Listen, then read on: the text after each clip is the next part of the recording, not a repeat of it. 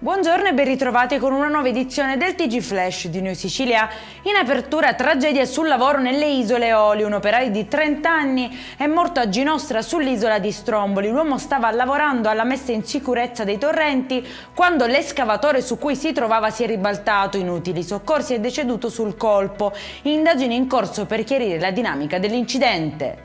La procura per i minorenni di Palermo ha aperto un'inchiesta sui presunti abusi subiti da un bambino di 11 anni da parte di alcuni coetanei davanti alla scuola. Il minore è rientrato a casa con segni di violenza, si è confidato con la madre che ha presentato denuncia. Prevista per oggi l'audizione protetta davanti ai magistrati con il supporto di uno psicologo. Colpo alla mafia nel Ragusano, la DIA ha sequestrato beni per circa 20 milioni di euro a un imprenditore di 65 anni ritenuto vicino a Cosa Nostra di Vittoria. Il provvedimento disposto dal Tribunale di Catania riguarda società, immobili, terreni e conti bancari.